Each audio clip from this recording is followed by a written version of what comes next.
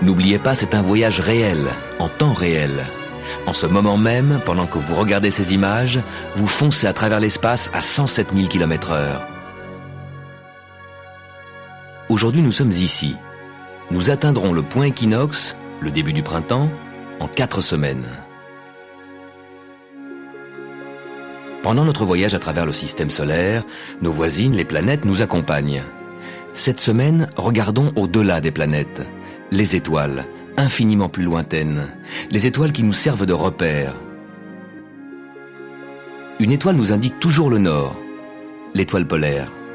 Elle est facile à trouver, 5 fois à l'arrière de la Grande Ourse, que vous connaissez tous.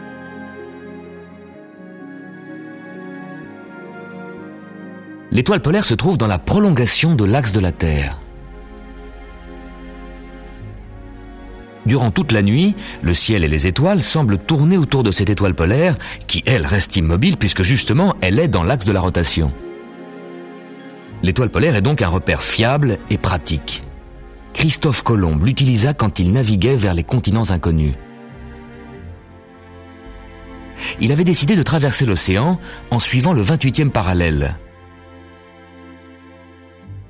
Toutes les nuits, il mesurait à quel angle apparaissait l'étoile polaire.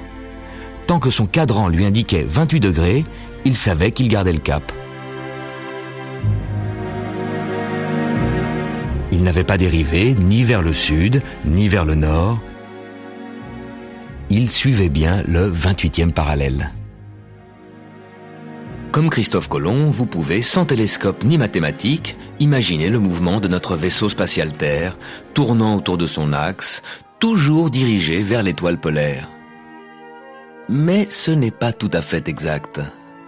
En 26 000 ans, elle va décrire un cercle.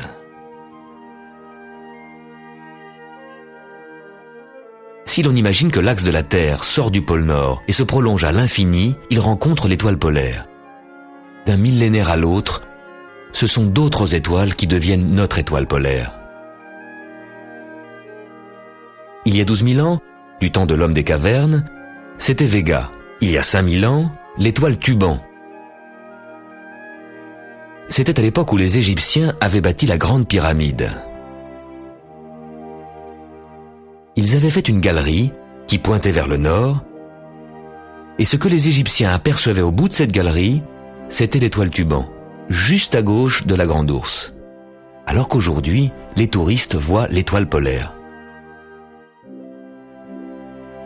Tuban, l'étoile polaire, c'est l'angle sur lequel la Terre a pivoté en 5000 ans. Nous pouvons tous nous imaginer des mois, des années, peut-être même un siècle. Mais pour s'imaginer 5000 ans, il faut regarder l'angle entre Tuban et l'étoile polaire.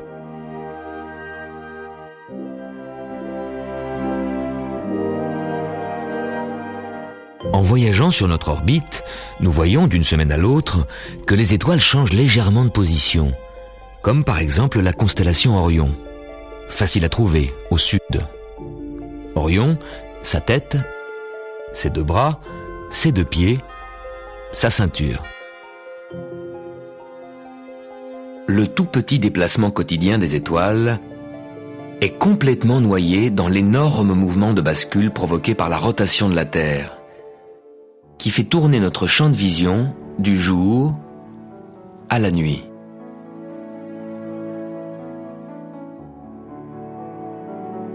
Mais regardez Orion tous les soirs à la même heure, et vous verrez la rotation très lente de la voûte céleste. La voûte céleste, bien entendu, ça n'existe pas. C'est un dôme imaginaire sur lequel apparaissent les étoiles infiniment lointaines. Et bien entendu, cette voûte céleste ne tourne pas. C'est nous, sur la Terre, qui, en un an, faisons le tour du Soleil. 360 degrés en 365 jours, 1 degré par jour.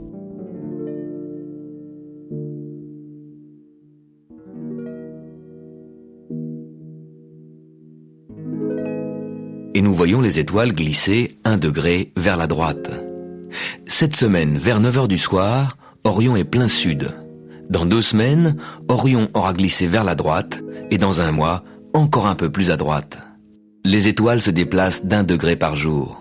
Elles passent chaque jour 4 minutes plus tôt. 1 degré dans l'espace, 4 minutes dans le temps, espace et temps se rencontrent. Depuis le début de cette croisière, nous faisons bien la différence entre les planètes toutes proches et les étoiles très très lointaines. Une étoile toutefois est au beau milieu de notre voisinage planétaire, le Soleil. Oui, le Soleil, c'est une étoile. Tous ces points lumineux que nous voyons au-delà des planètes, ce sont des étoiles, des soleils lointains. Les galaxies sont des milliards de soleils. Les planètes, vues de la Terre, ressemblent aux étoiles. Mais il suffit de regarder le Soleil pour être ébloui par la différence. Le Soleil rayonne, alors que les planètes ne font que refléter une partie de la lumière du Soleil. Le Soleil nous envoie de la lumière et de la chaleur, car c'est un gigantesque réacteur nucléaire.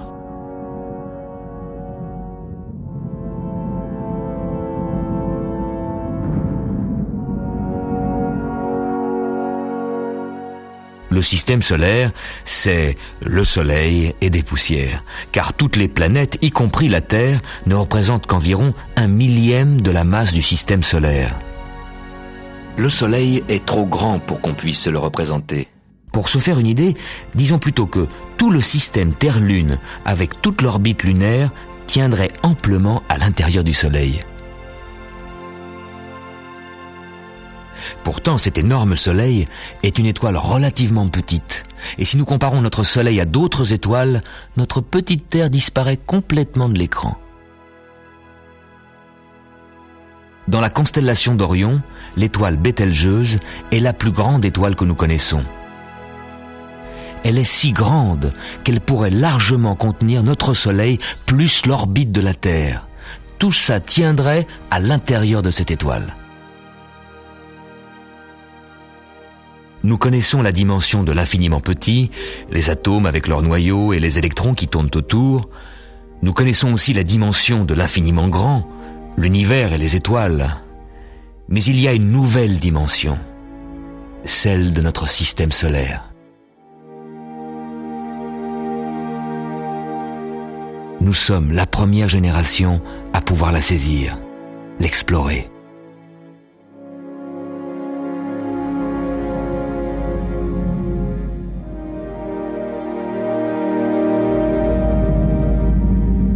Vous faire vivre dans cette nouvelle dimension, c'est le but de notre voyage.